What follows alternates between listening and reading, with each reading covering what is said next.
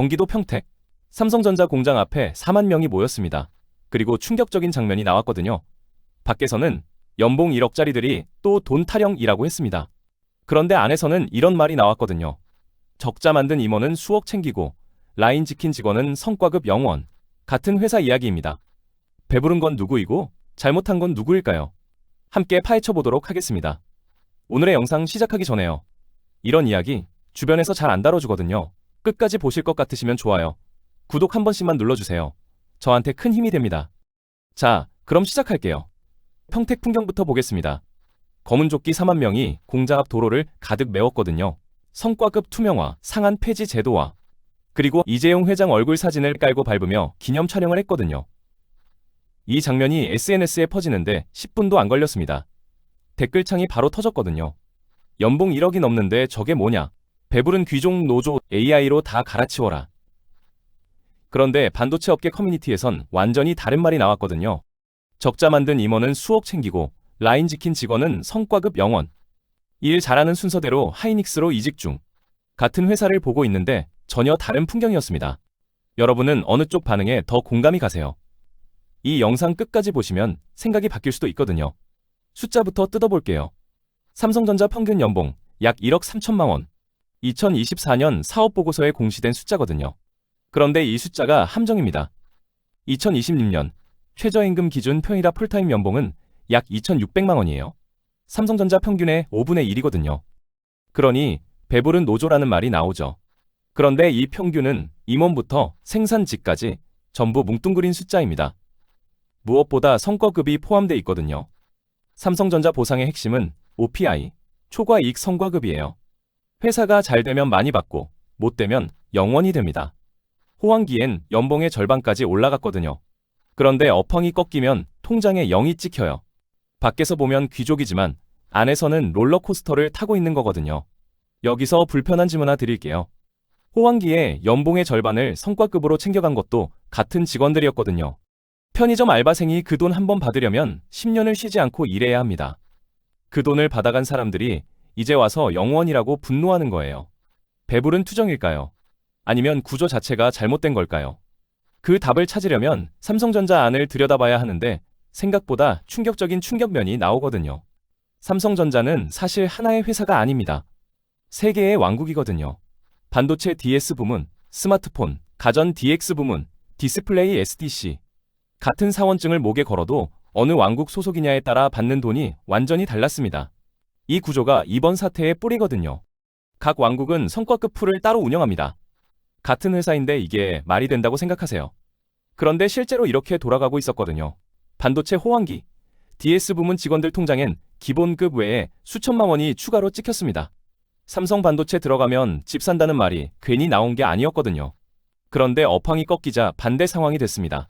DS 부문 성과급이 급감하거나 아예 사라졌거든요. 회사 전체 매출은 여전히 수백조였지만 DS 부문만 수십조 원의 구멍이 났습니다. 같은 사람이 같은 공장에서 같은 방식으로 일했는데 통장 숫자가 달라진 거거든요. 이유는 공개되지 않았습니다. 그냥 0원이 찍혔거든요. OPI 산정 기준이 한 번도 공개된 적이 없었거든요. 얼마를 받을지, 왜 그 금액인지, 어떻게 하면 더 받을 수 있는지 아무것도 몰랐습니다. 잘 나갈 때는 이 정도면 됐지 하고 넘어갔거든요. 그런데 0원이 찍히는 순간 그 불투명함이 폭발했습니다. 따질 기준도 없고 항의할 근거도 없었거든요. 그 답답함이 2024년 첫 파업으로 터졌고 2년이 지난 지금 더 크게 번지고 있습니다. 그런데 이 모든 것의 시작엔 경영진의 단 한 번의 선택이 있었거든요. 그 선택 하나가 수십조 원의 손실을 만들었습니다. 그리고 그 손실의 고통이 누구에게 흘러갔는지 지금부터가 진짜 핵심이거든요. 2022년 하반기입니다. 반도체 시장에 경고음이 울렸거든요.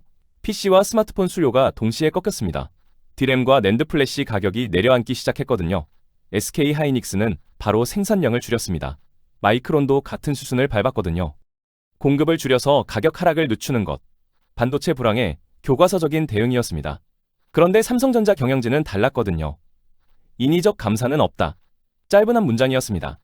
경쟁사가 물러서는 하이 점유율을 더 가져오겠다는 논리였거든요. 결과는 달랐습니다. 공급 과잉이 심화됐거든요. 반도체 가격은 더 가파르게 추락했습니다. 결국 삼성도 뒤늦게 감산으로 틀었지만 손실은 이미 깊이 패인 후였거든요. DS 부문은 2023년 한 해에만 약 15조 원 영업 손실을 기록했습니다. 여러분, 이 손실이 조직 안에서 어떻게 나눠졌는지 아세요? 들으면 화가 나실 수 있거든요. DS 부문 직원들 성과급은 0원이 됐습니다. 이익이 없으니 초과 이익 성과급도 없다는 원칙이었거든요. 구조적으로는 이해가 갑니다. 문제는 그 손실을 만든 경영진에게 어떤 일이 벌어졌냐는 거예요. 같은 해 등기 임원들 보수 총액은 줄지 않았거든요. 일부 임원은 오히려 전년보다 보수가 늘었습니다. 판단은 위에서 내렸고 고통은 아래로 흘러내렸거든요. 배를 암초로 몰아넣은 선장은 월급을 그대로 받고 노를 저은 선원만 보너스가 0원이 됐습니다. 여러분은 이게 공정하다고 생각하세요? 아니면 구조가 원래 그런 거라고 생각하세요? 이 질문이 2년간의 싸움에 불을 붙였거든요. 회사 편 논리도 있습니다. 임원 보수는 주주총회 승인 계약 구조고 직원 성과급은 내규에 따른 별개 체계다. 틀린 말은 아니거든요. 그런데 기준도 공개 안 하고 이유 설명도 없이 0원을 통보받은 직원들 입장에선 달랐습니다. 그냥 받아들이거나 아니면 떠나거나 선택지가 2개뿐이었거든요. 그리고 상당수가 떠나는 쪽을 선택했습니다. DS 부문 핵심 엔지니어들이 짐을 쌌거든요. 목적지는 대부분 SK 하이닉스였습니다. 그 사람이 떠나면 기술도 함께 떠나거든요. 사람이 나갔고 기술이 나갔습니다. 그 결과가 얼마나 심각한지 지금부터 숫자로 보여드리겠습니다. 삼성 반도체 들어가면 집 산다. 2021년, 이 말은 농담이 아니었거든요. DS 부문 직원들 성과급이 연봉의 절반에 육박했습니다. 입사 3년차 엔지니어가 기본급 외에 수천만 원을 추가로 쥐었거든요. 취준생들 사이에서 삼성전자 DS 부문은 인생 치트키였습니다. 실제로 그 돈으로 수도권 아파트 계약금을 마련한 직원들 이야기가 사내에 퍼졌거든요. 신화는 그렇게 커졌습니다. 여러분도 그 말 들어보셨죠? 근데 그 신화 뒤에 처음부터 설계된 함정이 있었거든요. 기본급은 업계 평균 수준으로 묶어두고 성과급으로 파격적인 보상을 하는 구조입니다. 회사 입장에선 영리한 설계거든요. 잘 나갈 때는 인재를 붙잡는 유인이 되고 못 나갈 때는 인건비가 자동으로 줄어드니까요. 그런데 직원 입장에서 뒤집어보면 회사 리스크를 직원에게 떠넘기는 구조거든요. 신화가 살아있는 동안 아무도 이 함정을 보지 못했습니다. 그러다 2023년 신화가 무너졌거든요. 같은 사람이 같은 공장에서 같은 방식으로 일했는데 성과급이 0원이 됐습니다. 2년 전에 수천만 원을 쥐었던 바로 그 엔지니어가 이번엔 0원짜리 통보를 받았거든요. 이유 설명도 없이요. 성과급을 기대하고 대출 끼워 집을 샀는데 그 돈이 사라진 겁니다. 여러분이 그 엔지니어라면 어떻게 하셨겠어요? 참고 계속 다니셨겠어요? 아니면 짐을 싸셨겠어요? 반대편 목소리도 들어봐야 합니다. 호황기에 연봉의 절반을 챙겨간 것도 같은 사람들 아니냐? 잘 될 때 수천만 원을 더 받아간 것도 사실이고 그 구조에 동의하고 입사한 것도 사실이거든요. 리스크를 나누는 구조라면 손실도 감수해야 하는 거 아니냐는 논리입니다. 결의대회를 보면서 배부른 투정이라고 생각하신 분들, 바로 이 논리로 보신 거거든요. 틀린 시각이 아닙니다. 그런데 그 손실을 함께 감수해야 한다면 왜 임원들은 빠져 있었냐는 거거든요. 같은 시기 SK 하이닉스는 불황 속에서도 기본급 인상을 유지했습니다. 그 결과 현장 엔지니어 기준 실질 보상에서 역전 현상이 벌어졌거든요. 매출은 삼성이 훨씬 컸는데 손에 쥐는 돈은 하이닉스 직원이 더 많아진 겁니다. 선택지가 생긴 사람들부터 짐을 쌌거든요. 연구소에서 일 잘하는 순서대로 하이닉스로 가는 중. 이 말이 커뮤니티에 돌았고 실제로 이직이 이뤄졌습니다. 그 결과가 HBM 경쟁에서 드러나고 있거든요. AI 반도체 핵심 부품인 HBM 시장에서 삼성은 하이닉스에 뒤처졌습니다. 엔비디아 납품도 지연됐거든요. 사람이 빠져나간 결과였습니다. 신화가 무너진 자리에 남은 건 분노와 공백이었거든요. 그 공백이 5월 총파업으로 향하고 있습니다. 결의대회에서 노조위원장이 이런 말을 했습니다. 파업으로 발생할 막대한 생산 차질과 손실을 숫자로 보여주겠다. 강경한 발언이거든요. 이 발언을 두고 국가 핵심 산업을 볼모로 잡는 거 아니냐는 반응이 나왔습니다. 댓글창에서 너무 심한 거 아니냐는 말이 쏟아진 이유거든요. 삼성전자 반도체 라인은 24시간 멈추지 않거든요. 명절도 주말도 없습니다. 생산직 직원들은 교대 근무로 라인을 지켰거든요. 연구직 엔지니어들은 야근과 주말 근무를 당연하게 소화했습니다. 이 헌신이 삼성 반도체 압축 성장의 실제 연료였거든요. 그런데 2023년 손실이 났을 때 그 고통이 어떻게 배분됐는지 보면 불편한 숫자가 나옵니다. DS 부문 직원들 성과급은 0원이었거든요. 같은 해 등기 임원 보수 총액은 줄지 않았습니다. 일부 임원은 오히려 보수가 늘었거든요. 사업 보고서에 공시된 내용이에요. 법적으로는 문제 없습니다. 임원 보수는 이사회가 결정하는 별개 구조니까요. 그런데 여러분, 구조가 다르다는 설명이 이 장면을 공정하게 만들어줄 수 있을까요? 노조가 강경한 방식을 선택한 건 사실입니다. 그런데 2년 동안 협상 테이블에서 요구했는데 구조가 하나도 안 바뀌었을 때 어떤 선택이 남아있을까요? 여러분은 어떻게 생각하세요? 방법이 잘못됐다고 생각하세요?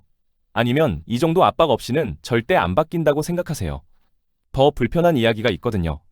파업으로 피해를 가장 먼저 받는 건 삼성전자 직원도 경영진도 아닙니다. 협력사 직원들이거든요. 삼성 라인이 멈추면 납품하는 수백 개 협력사 라인도 함께 멈춥니다. 그 직원들 연봉은 삼성전자 직원들의 절반도 안 되는 경우가 많거든요.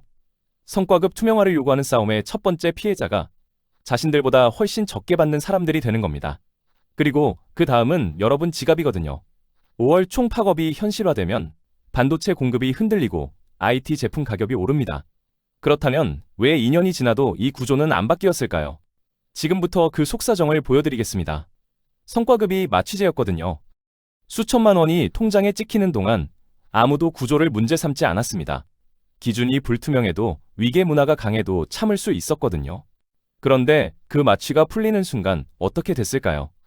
그동안 쌓여있던 모든 문제가 한꺼번에 터졌습니다. 2024년 첫 파업이 그랬거든요. 그리고 2년이 지난 지금 더 크게 번지고 있습니다. 왜 더 크게 번졌을까요? 구조가 안 바뀌었기 때문이거든요. 말만 바뀌었습니다. 여러분, 이 구조가 삼성전자만의 문제가 아니라는 걸 아세요? 30년 전 일본 전자기업들도 정확히 같은 경로를 밟았거든요. 불투명한 보상, 침묵 강요, 인재 유출. 그 빈자리를 채운 게 삼성전자였습니다. 그런데 지금 삼성 엔지니어들이 하이닉스로 가고 있거든요. 역사가 반복되고 있는 겁니다.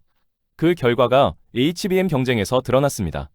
AI 반도체 핵심 부품인 HBM 시장에서 SK 하이닉스가 압도적 우위를 점하는 동안 삼성은 납품이 지연됐거든요.